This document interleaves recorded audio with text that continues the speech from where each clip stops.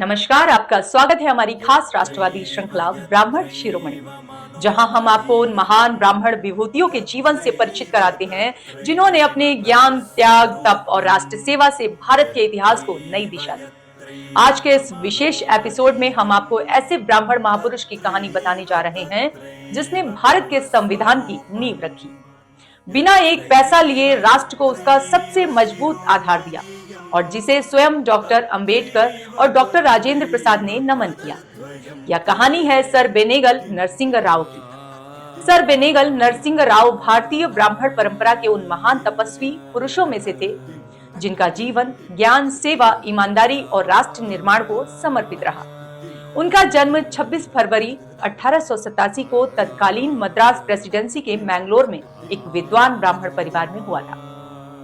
बचपन से ही वे अत्यंत मेधावी थे और भारतीय सिविल सेवा परीक्षा पास कर बंगाल में जिला एवं सत्र न्यायाधीश बने, जहां से उनका झुकाव संवैधानिक कानून की ओर बढ़ा और वे इसी क्षेत्र के सबसे बड़े विशेषज्ञों में गिने जाने लगे। 1938 में उन्हें नाइटहुड की उपाधि मिली और 1944 में सेवानिवृत्ति के बाद तेज बहादुर सप्रू के आग्रह पर वे जम्मू कश्मीर के प्रधानमंत्री बने।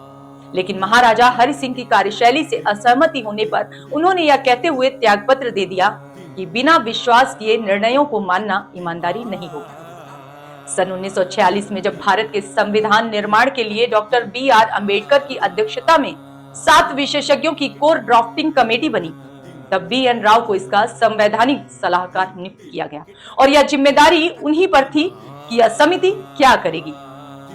उन्होंने भारत सरकार और संविधान सभा के संवैधानिक सलाहकार के रूप में किए गए पूरे कार्य के लिए एक पैसा भी पारिश्रमिक के रूप में स्वीकार नहीं किया।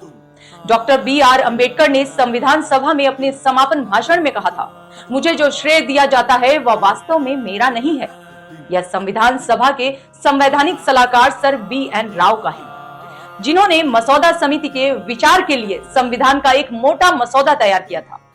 जबकि डॉक्टर राजेंद्र प्रसाद ने स्पष्ट कहा, B.N. राव वह व्यक्ति था जिसने भारतीय संविधान की योजना की कल्पना की और इसकी नींव रखी। सन 1946 में वर्मा के प्रधानमंत्री यू ऑंग सान ने उन्हें वहां के संविधान निर्माण के लिए बुलाया, जिसे उन्होंने सफलता से पूरा किया। बाद में वे 1949 से 1952 तक संयुक्त राष्ट्र में भारत के स्थायी प्रतिनिधि रहे और इसके पश्चात हेग स्थित अंतरराष्ट्रीय न्यायालय में न्यायाधीश नियुक्त हुए, जो उनके वैश्विक कद का प्रमाण था। 26 फरवरी 1953 को जेनेवा में कैंसर से उनका निधन हो गया और यह विडंबना है कि भारतीय संविधान की नींव रखने वाला यह महान ब्राह्मण आज भी उस सम्मान से वंचित है जिसका वह पूर्ण अधिकारी था।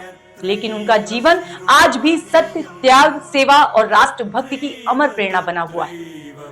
सर बेनेगल नरसिंह राव का जीवन हमें यह सिखाता है कि सच्चा ब्राह्मण वह होता है जो ज्ञान को सेवा में, शक्ति को त्याग में और पद को राष्ट्र में समर्पित कर देता है, जिसने संविधान गढ़ा लेकिन बदले में कुछ नहीं लिया, जिसने अंतरराष्ट्रीय न्यायालय तक भारत का मान बढ़ाया लेकिन कभी प्रचार की चाह नहीं की।